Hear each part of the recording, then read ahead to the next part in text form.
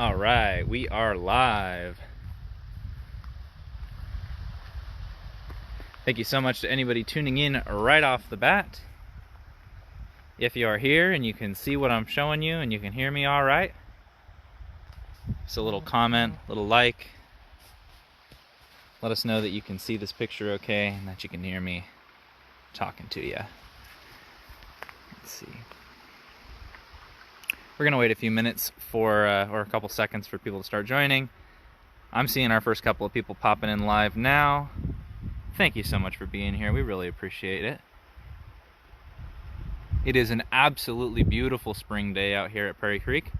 So I thought I'd take advantage of this wonderful day and show you guys some wildflowers that we've got growing here in the park. So if you guys can see this picture all right, if you can hear me talking, go ahead and throw a little like, maybe leave me a comment. Let me know you can see okay, you can hear all right. Be spectacular. It's a beautiful, beautiful day out today. Incredible. All right, we've got our first comments coming in. Awesome, awesome, awesome. Got a couple of people watching. All right, let's go ahead and get started. Really quick before we begin, I just want to let you guys know, my name is Kyle. I'm a park interpretive specialist in the North Coast Redwoods District of California State Parks, and today I'm out at Prairie Creek Redwoods State Park. This is a part of Redwood State and National Park. This is way up in Northern California, just a little south of the Oregon border, if you're not familiar with the area. This is where I've been checking in every week, and again, today is just this beautiful spring day. The flowers are starting to come out, and so that we have going on, and provide you guys some tools for if you're going on hikes. Now, you know, in a lot of places we don't have guided tours right now because of COVID-19. So I'm going to give you some tools today to kind of make it so you can kind of nature guide yourself. Find out a little bit of bonus information on some of the things you might be seeing, or if you have some questions, where you might be able to find the answers that you seek. So hopefully I can help give you some resources and show off just some awesome flowers today. I do want to recognize that so many of you guys are sheltering in place due to COVID-19. Really appreciate you guys all doing your part to help flatten the curve. Here we do these live streams every day at 3 o'clock to try and give you a little peek into the parks that you might be missing, hopefully inspire you to come back and see some new places when you are able to return to our parks, and to just give you this beautiful look at the outdoors as well. Just want to recognize too that we are practicing social distancing guidelines. We're sanitizing all of our equipment before and after we use it, staying far away from anyone we might encounter out here, and all of that good stuff, just trying to keep everybody safe. So without further ado, let's go ahead and take a little walk. I'm going to start down this way. It's got a little bit more sun, and I think there is more wildflowers this way. It goes along Prairie Creek, in Prairie Creek Redwoods. So there's a good number of wildflowers this way, but we'll go both ways, back and forth on the trail, and take a look at what's blooming. So right off the bat already, I see right here off the side of the trail, got a little flower popping up out of these guys. This is redwood sorrel. This grows really commonly in redwood ecosystems, and that's its flower right there. And you guys probably know this, but why do plants make flowers? What's the point? Why do they spend all this effort making these really pretty things that pop up off of the plant? What's the point of that? Why do they spend so much energy making these things? Got some really pretty little flowers going on here. So plants basically make flowers to help make more plants. This is how they spread their reproductive material, and this is how they get more plants to fully grow, is basically through flowers. And you have a couple of different ways that the pollen, which helps pollinate other flowers to make them grow and make more seeds and things like that. There's a number of ways that pollen is spread. And one of the ways that we're probably the most familiar with is butterflies. We all love butterflies. Butterflies are so cool. It's awesome to watch them fly and drink out of flowers and things like that. But did you know that bats are also pollinators? Insects like beetles can be pollinators, and even the wind can help pollinate. So as we come across each of these flowers, it would be really awesome if you guys want to take a guess at how each of these flowers, like what is their method? What do they use? What are they hoping will come along and drink some of their nectar and collect that pollen. So I see we got our first question here. Awesome, thank you for asking. Who eats sorrel? Slugs? The answer is all kinds of things eats redwood sorrel. Slugs love it. You'll see this stuff's got some nibbles out of it. That could be caterpillars as well. Deer love to eat it. Just about anything that's going to eat plants in the redwood forest has got no problem eating redwood sorrel. And we can also eat redwood sorrel as well. Now, we don't want to take it from the park, but you can eat a few leaves of redwood sorrel. It is pretty delicious. It's got kind of a sour flavor in it due to the oxalic acid that it produces naturally. So maybe next time just eat one leaf just to give it a try and see what you think. I'm going to move off the trail here to give some people some room. Oh, yeah, of course. Thank you. Of course. Enjoy, you guys. So, great question. Who eats sorrel? Here's another little flower popping up right here. This is called a candy flower. So what do you guys think on this flower? What do you think would pollinate it? It's a tiny little flower. Do you guys think butterflies and kind of flying insects? Do you think a hummingbird would come to this? What about a bat or maybe a beetle? Maybe even a fly. You can see it's got a tiny little fly on it right now. So in a lot of cases, plants and insects have kind of evolved together, with insects eventually becoming dependent on nectar for survival. There are some organisms that, at least at one point in their life, it's all that they eat is nectar created by flowers. And plants have evolved to make it harder and harder for things to get the nectar, because the deeper that the nectar is buried in the flowers, the more pollen is going to cover that animal when they go to access it. Hi Bray, thank you so much for tuning in. This little flower, I'm not 100% sure. So that is the other part of today, is I wanted to give you guys some tools for if you're out in the park. Oh, the candy flower, yes. How do you find out what you're looking at? So I did a little bit of this ahead of time. I love this app called iNaturalist. I use this all the time. Anytime that I go out to a new site that I'm not super familiar with, I will start to do some of this identification to try and find out what these things might be. So this one I don't know, so let's go ahead and give it a try. I've got iNaturalist pulled up on my other phone right here. We're gonna go observe and take some pictures of it. So I'm just gonna take some quick pictures of this flower here. The more you can get, the better. You wanna get kind of different angles. iNaturalist is really cool as well, because once you post this, it is also available to scientists to come across and kind of confirm your identification. So here, we've got two different pictures of this flower. Let's go ahead and see, what are the suggestions here? What is it going to think that this flower is? So it's recommending that it's some type of buttercup, particularly woodland buttercups, because they've been seen nearby. So I'm going to go ahead and go with the woodland buttercups. Let's see if I can make this a little bigger. So I wanted to take a closer look and make sure that that's kind of, if that kind of looks like what we were looking at. I'm not sure. I would guess it would be something small, like flies. Sorry about that, lost connection for just a moment. I see we have a question from Sue saying, do you prefer iNaturalist or Seek by iNaturalist?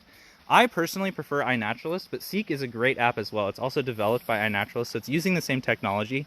Seek can be a little bit easier to use if you're not familiar with the way that iNaturalist works.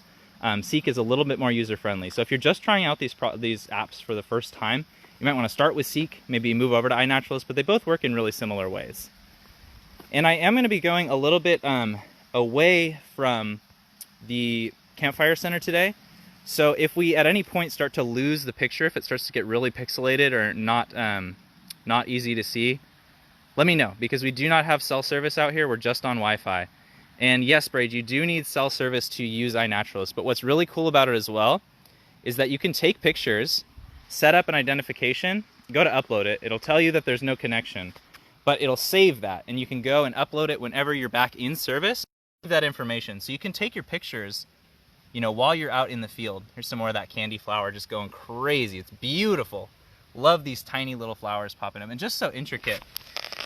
One thing that cues us into the fact that these might be pollinated by butterflies is the fact that butterflies see in UV, and a lot of flowers, let's see if I can get it to focus on this real quick. See those little stripes going right in towards the flower? That's ones that are pollinated by butterflies. Those are basically reflecting UV light and look like little landing strips for butterflies to come in. So oftentimes if you see those little stripes in on the flowers, that can be a good way to cue you in that those might be pollinated by butterflies. But again, I'm not 100% sure. I don't know what pollinates all of these flowers. So it's room to do more research, room to find out more things. That's always exciting about nature, that there's so much more to learn. There's always another layer to dive into. Right here we have Douglas irises. These are beautiful, beautiful flowers. And these ones look like they've been out in the sun for a little bit. But look at all these flies. Are loving it.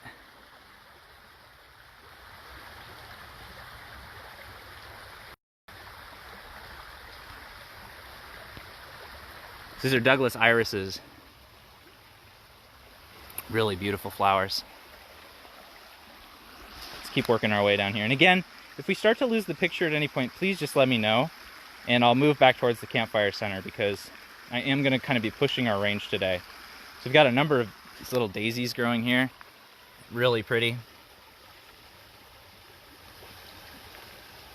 And that's something too that's just great about spending time in nature is kind of the longer that you're out here and the closer you want to look, that there's always more to find. And then on top of that, if you want to learn about it, there's a tons to learn. Oh, quite pixelated at the moment. Okay, I'll start working back the other way. I've got more of those flowers over the other way, so we'll head on back this way and hopefully the image will clear up. Thank you so much, Robin, for letting me know. Again, today I'm going to kind of be pushing the boundaries of our Wi-Fi, so do let me know if the picture gets really bad or if the audio quality gets really bad. I want to stay where you guys can see the image.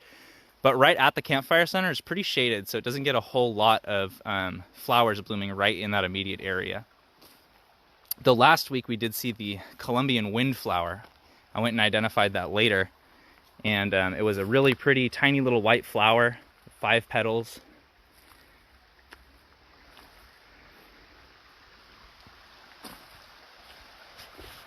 Really just a beautiful day down here by the creek. Spring is kicking in. Let's work my way this way too. Let me know again if I get pixelated going this way, but you can see tons of the candy flower just all over in these sunspots. There's a bunch right there in the back. More growing up here.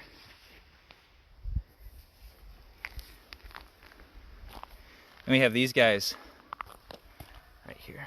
This is a star flower. Really beautiful. And they're blowing around a little bit in the wind, but let's see if I can zoom in a little bit on one of these guys that isn't. Oh, right, yeah. Picture back to perfect. Great to hear, Robin. Thank you. These guys are a little shaky, but these are star flower. And again, just a tiny, tiny little flower. Not sure what pollinates it, but guessing some of the tinier things, it's likely insects, beetles, small flies, all common pollinators. So that's another reason to kind of love those insects that maybe you're not super fond of. Flies are really important for making all of these flowers bloom. So, you know, even if they're buzzing around your picnic, they do some really great work in making a really beautiful spring for us. Some more of these star flowers, really cool. And a tiny little fiddlehead fern starting to grow right there. Awesome.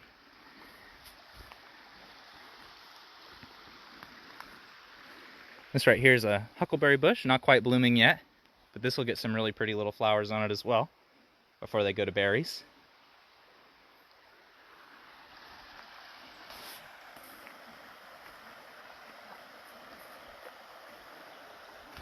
Star flower. Those tiny little flowers we were way low to the ground here. Yeah, Marcy said it's pouring rain. Where are you? It's nice and sunny here today. So those ginger flowers are actually done by flies as well.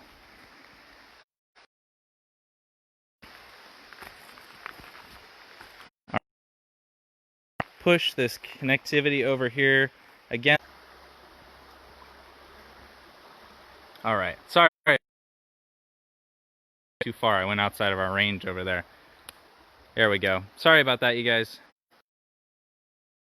Thanks so much for everybody who hung through that. Went a little bit outside of our connectivity zone. I'm trying to show you this tree that's kind of exploding with candy flower growing off the top. It's really incredible.